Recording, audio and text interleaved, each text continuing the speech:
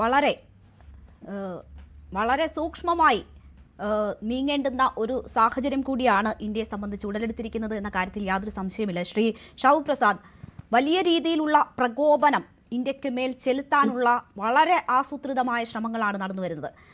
മറ്റൊന്ന്, അവിടെ ഫെബ്രുവരി 12 നടക്കാനിരിക്കുന്ന തെരഞ്ഞെടുപ്പ് അട്ടിമറിക്കുക എന്ന വലിയ ഗൂഢലക്ഷ്യവും ഇപ്പോഴത്തെ ഈ കലാപത്തിന് പിന്നിൽ ഉണ്ട് എന്നതാണ് സംശയിക്കപ്പെടുന്നത്. കാരണം അവിടെ ഒരു ജനാധിപത്യ സർക്കാർ അധികാരമേൽക്കുന്നത് പലരുടെയും താല്പര്യങ്ങൾക്ക് വിരുദ്ധമാകും എന്ന കണക്കുകൂട്ടലിന്റെ കൂടി അടിസ്ഥാനത്തിലാണ് അത്തരം ഗൂഢമായിട്ടുള്ള നീക്കം നടക്കുന്നത്. അവിടെ ഒരു അസ്ഥിരമായിട്ടുള്ള സാഹചര്യം നിലനിന്നാൽ അത് എല്ലാ കാലത്തും ഇന്ത്യയെ സംബന്ധിച്ച് ഭീഷണിയാണ്, ദക്ഷിണേഷ്യയെ സംബന്ധിച്ചും ഭീഷണിയാണ് എന്ന കാര്യത്തിലും സംശയമില്ല. അപ്പോൾ അവിടെ അസ്ഥിരമായ ഒരു സാഹചര്യം നിലനിർത്തിക്കൊണ്ട് ഇന്ത്യക്ക് മേൽ മാക്സിമം പ്രകോപനം എന്നത് ശ്രമിച്ചുകൊണ്ടിരിക്കുമ്പോൾ അതിന് പിന്നിൽ അമേരിക്കയുടെയും ഒപ്പം തന്നെ പാകിസ്ഥാന്റെയും ചൈനയുടെയും ഒക്കെ ഇടപെടലുകൾ സംശയിക്കപ്പെടുകയും ചെയ്യുന്ന സാഹചര്യത്തിൽ ഇന്ത്യയുടെ നീക്കങ്ങൾ എങ്ങനെയാണ്?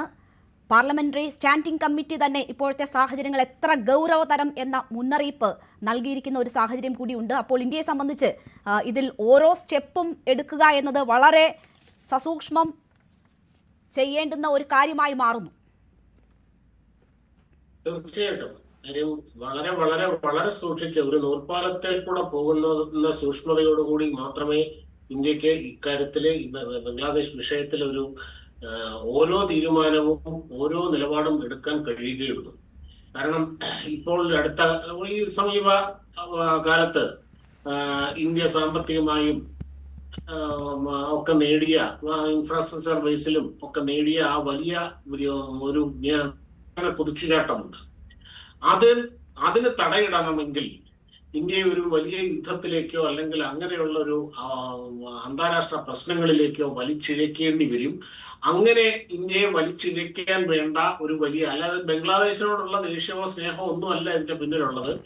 അങ്ങനെയുള്ള ഒരു അന്താരാഷ്ട്ര നീക്കത്തിന്റെ ബാക്കിയാണ് ഇപ്പോൾ ബംഗ്ലാദേശിൽ കണ്ടുകൊണ്ടിരിക്കുന്നത്. ഇത് നമുക്ക് സംഭവങ്ങളെ ഒന്ന് വിശകലനം ചെയ്താൽ സാധാരണ, അതുകൊണ്ട് തന്നെ ഓരോ സ്റ്റെപ്പും ഇന്ത്യക്ക് വളരെ സൂക്ഷിച്ചേ എടുക്കാൻ പറ്റുള്ളൂ, നിലപാടും സൂക്ഷിച്ചേ എടുക്കാൻ പറ്റുള്ളൂ. 1971 അത് അന്ന് സംഭവിച്ചത് വേറൊരു വിഷയമായിരുന്നു. കാര്യം പാകിസ്ഥാന്റെ അവിടുത്തെ ഭീകരമായ അട്രോസിറ്റി കാരണം ഉണ്ടായ വളരെ വലിയ അഭയാർത്ഥി പ്രവാഹം. കാര്യം അന്ന് ആ അതിർത്തി ഒന്നും ഏകദേശം ഏതാണ്ട് എല്ലാം തുറന്നു കിടക്കുകയായിരുന്നു.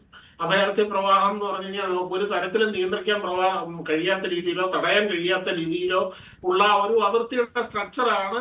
ശരിക്കും ബംഗ്ലാദേശിൽ 4000 കിലോമീറ്ററോളം നീളമുള്ള അതിർത്തിയാണ് ഉള്ളത്.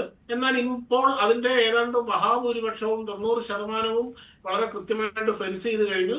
ഒരു തരത്തിലും അടയ്ക്കാൻ പറ്റാത്ത ചില ഭാഗങ്ങൾ മാത്രമേ ഉള്ളൂ. അതുമല്ല, വളരെ കർശനമായ നിരീക്ഷണം ഇന്ത്യ അവിടെ നടത്തുന്നുമുണ്ട്. അതുകൊണ്ട് അഭയാർത്ഥി പ്രവാഹം ഇത്തവണ അതുകൊണ്ട് തന്നെ ആ ഒരു പ്രശ്നം ഉണ്ടാവില്ല. ഇൻഫിൽട്രേഷൻ ഭീഷണി ഉണ്ടെങ്കിൽ പോലും അത് കൈകാര്യം ചെയ്യാവുന്ന നിലയിൽ മാത്രമേ ആവുകയുള്ളൂ.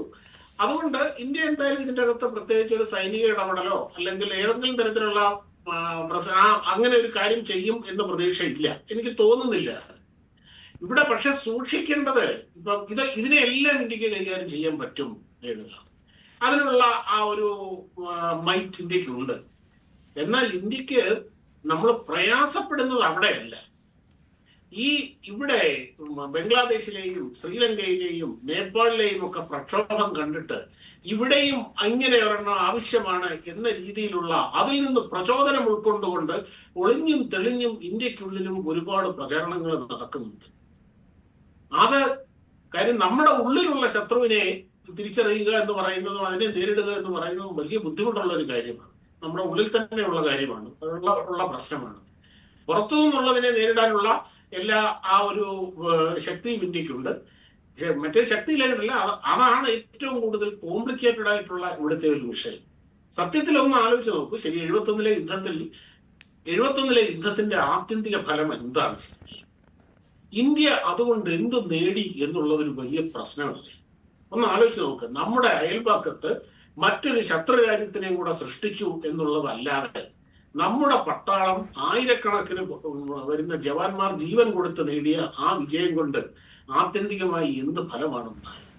അത് നമുക്ക് ഒരു നിത്യമായ, അതായത് ബംഗ്ലാദേശിന്റെ 3 വശവും ഇന്ത്യയാണ്. നമ്മുടെ ഉള്ളിൽ തന്നെയുള്ള ഒരു ക്യാൻസറിനെ കൂടെ ഉണ്ടായി എന്നുള്ളതാണ്. അത് സത്യത്തില് അന്ന് ആ യുദ്ധത്തിന്റെ ബാക്കിയായി സത്യത്തിൽ നമ്മൾ സമ്പൂർണ്ണ വിജയം നേടിയ യുദ്ധമാണത്. ഇന്ത്യക്കും പാകിസ്ഥാനും ഇടയിലുള്ള ഒരുപാട് ഇഷ്യൂസ് ഒന്നുണ്ടായിരുന്നു. ആ ഇഷ്യൂസ് സെറ്റിൽ ചെയ്യാൻ പറ്റിയ എല്ലാ നെഗോസിയേഷൻ പവറും ഇന്ത്യക്കുണ്ടായിരുന്നു. 90,000-ത്തിലധികം പാകിസ്ഥാൻ പട്ടാളക്കാർ ഇന്ത്യയുടെ തടവിലായിരുന്നു. അതെല്ലാം വെച്ച് അന്നത് വിലപേശിയിരുന്നെങ്കിൽ, ആ കൃത്യമായ അത് കൈകാര്യം അന്നത്തെ രാഷ്ട്രീയ നേതൃത്വം അത് കൈകാര്യം ചെയ്തിരുന്നുവെങ്കിൽ ഇന്ത്യക്കും പാകിസ്ഥാനും ഇടയിലുള്ള പ്രശ്നങ്ങളെല്ലാം അന്നത്തോടെ അവസാനിക്കുമായിരുന്നു. ഇന്ന് ഈ കാണുന്ന രീതിയിൽ ബംഗ്ലാദേശിന് പ്രതികരിക്കുക, ആ ബംഗ്ലാദേശിന്റെ പ്രശ്നം ഉണ്ടാകാതിരിക്കാനും കഴിയുമായിരുന്നു. ഒരു രാജ്യം ഒരു തീരുമാനങ്ങൾ എടുക്കുമ്പോൾ അത് എത്രത്തോളം ഫാർ റീച്ചിങ് കോൺസിക്വൻസസ് ഉള്ളതാണ് എന്നുള്ളതിന്റെ ഏറ്റവും വലിയൊരു തെളിവാണിത്. അന്ന് ചെയ്യാത്തതിന്റെ ഫലമാണ് നമ്മൾ ഇപ്പോൾ നമ്മൾ ഈ അനുഭവിച്ചുകൊണ്ടിരിക്കുന്നത്, നമ്മൾ കണ്ടുകൊണ്ടിരിക്കുന്നത്. ഇവിടെ നിന്നാണ് ജൻസികൾക്ക് പ്രചോദനം കൊള്ളേണ്ടത് എന്ന രീതിയിൽ മലയാളത്തിൽ പോലും പല ചാനലുകളും പലരും ഒളിഞ്ഞും തെളിഞ്ഞും അഭിപ്രായം പറയുന്നുണ്ടത്. ഇതാണ് ഏറ്റവും വലിയ പ്രശ്നം. അത് നമ്മൾ എങ്ങനെ കൈകാര്യം, അതോ ഈ പറഞ്ഞ രാജ്യത്തെ ഓരോ പൗരന്റെയും ഉത്തരവാദിത്വമാണ്, സർക്കാരിന്റെയും ഉത്തരവാദിത്വമാണത്. അതാണ് ഏറ്റവും വലിയ പ്രശ്നം, ഞാൻ കാണുന്ന പ്രശ്നം. എന്തായാലും ചരിത്രപരമായ അന്നത്തെ ശരി അതായിരുന്നു. മറ്റ് പാനലിസ്റ്റുകൾ കൂടി ആ വിഷയത്തിൽ അഭിപ്രായം പറയട്ടെ.